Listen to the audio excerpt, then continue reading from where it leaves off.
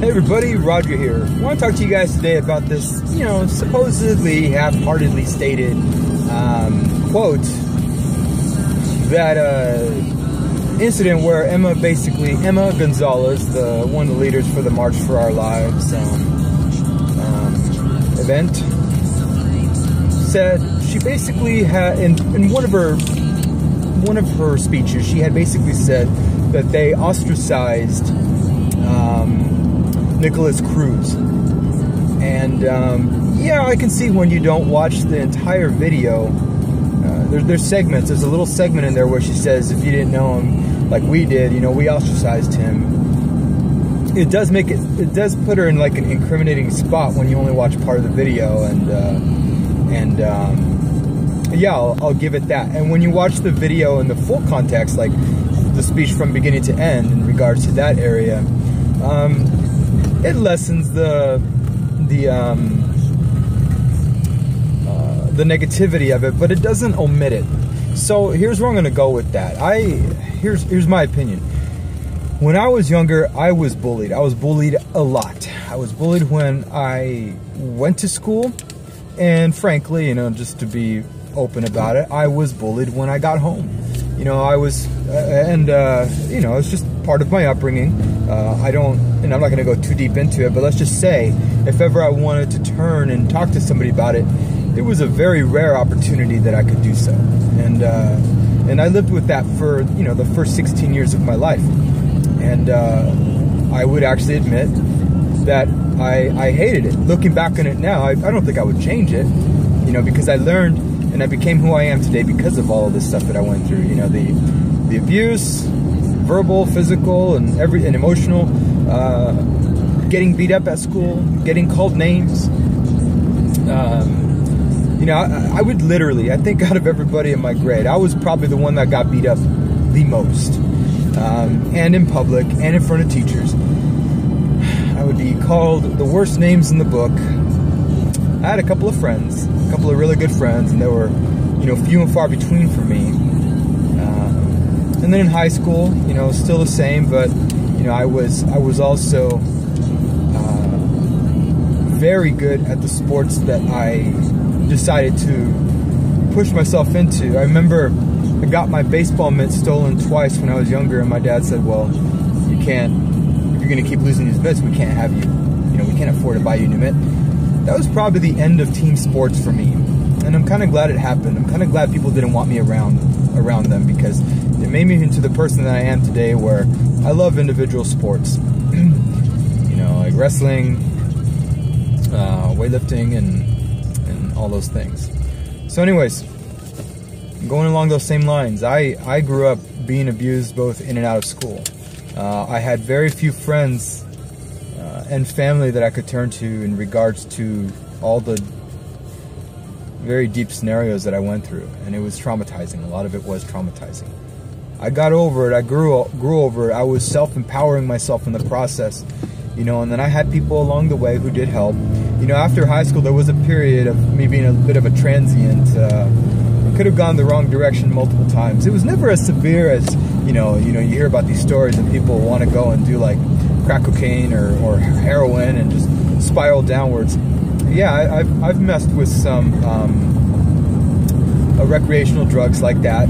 Not like those, but speed and ecstasy were probably as far as I got into the dangerous drugs. But overall, I matured, I developed good habits out of it. I think are good habits. But I still struggled with a lot of stuff sometimes, Even up to this day, at times, when I meet people, it's hard for me to look them in the eye. I'm a lot better at it now. I'm a very direct person. At least for the last 3 or 4 years, I've noticed I've changed. I'm a very direct person. I'm very focused. I can look you in the eyes to ask questions, to answer questions, accept ridicule, give ridicule, etc., etc., etc. So I'm unabashedly afraid these days. However, Nikolas Cruz, okay, I'm not forgiving him for what he did, but it doesn't sound like he was given that opportunity by his fellow classmates or his fellow teachers, for the most part. In that speech, I think Emma had stated in various other instances where where they gave him a chance, and that they would meet up with him and they gave him a chance, but he would be very, very weird or something, and then they backed off. Okay, I get that. But at the end of the day, you know, you guys pride yourselves in being a huge community, but you didn't really stay focused on him. I let this guy go in front of me, and now he gets to go, and I have to stay in the red light. Darn. Anyways, it gives me more time to make this video. So, my whole point about this is, you know, you can blame the gun, but also blame part of your actions. You know, if you guys did ostracize him, I mean, there's a lot of definitions for the meaning of ostracize that you can go into a lot of different avenues, meaning you purposefully or accidentally, you know, refuse to associate with them, forcefully or whatever, you know, or otherwise.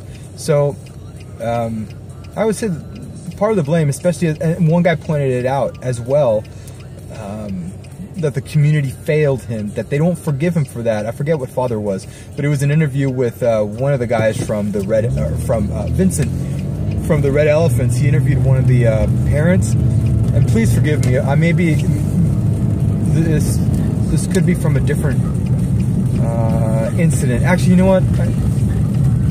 I think it is. No, it's not. I don't know. I can't remember. There were 3 big incidences. And a father, anyways, a father said that the community failed him. Specifically said, I'm not gonna forgive the shooter, but we failed him as a community. And while he had a horrible upbringing, you know, and it's very sad what happened to him,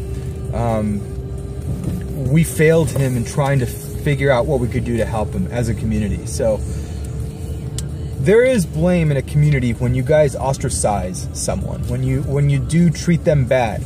I went through it myself. I went through a period of rebellion after, you know, getting beat up. I mean, I got the crap beat out of me a lot of times. You know, it wasn't something I like to share with the school. It wasn't something I'd like to share with my teachers. I remember, I'll tell you one incident. I got pissed on in the showers. You know, I was by 3 people. And I yelled out for help, and I'm not going to tell you what happened after that, but there was a lot of laughing going on. It wasn't just students. So that's how bad it was. I felt alone for the most part. You know, I'm not throwing myself a pity party. I grew out of this. I grew up and I became my own man.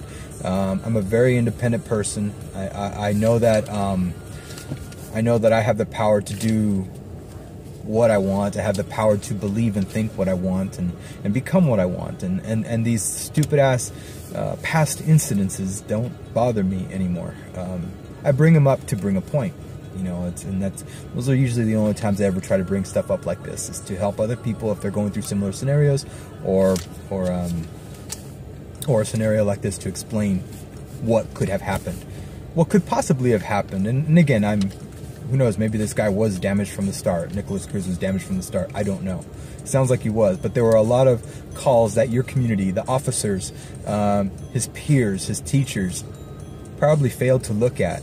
And when Emma Gonzalez goes out and says, this is why we ostracized him, you don't know the type of person he was. Well, apparently you're contradicting yourself. Apparently you're saying at one instance, this is the kind of person he was, and we knew he was going to be a school shooter, but then you say, you know, you didn't want to know him. So what is it? What's going to suit your agenda? You know, I think it's a sad scenario what happened overall. I think you have good intentions. I don't back you at all. Not one iota of what you're shooting for your goals. But I do respect your position, I guess. But you also need to look in the mirror and acknowledge some of these things as well. You guys were also part, I'm not going to say to blame, not the deaths, of course not. But in regards to not doing your community best to address the scenarios he was going through, you guys all knew he lost his parents. You knew he was doing all these things on the side. Again, we don't know the complete story. We're just outsiders looking in, but this is just from what I'm gathering overall. And I think that some of this, look at me. I mean, I went through a horrible childhood. You know, I didn't really experience any major deaths or anything, but I mean, I went through a horrible childhood, and could have definitely turned out to be violent or whatever, or, you know, a horrible person. but I didn't. I think I turned out to be a very giving person. I'm a very fair person. I believe that if somebody is asking, they should also be equating that with giving. Their efforts should be equated.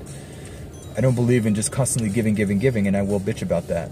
You know, I also don't believe in in taking.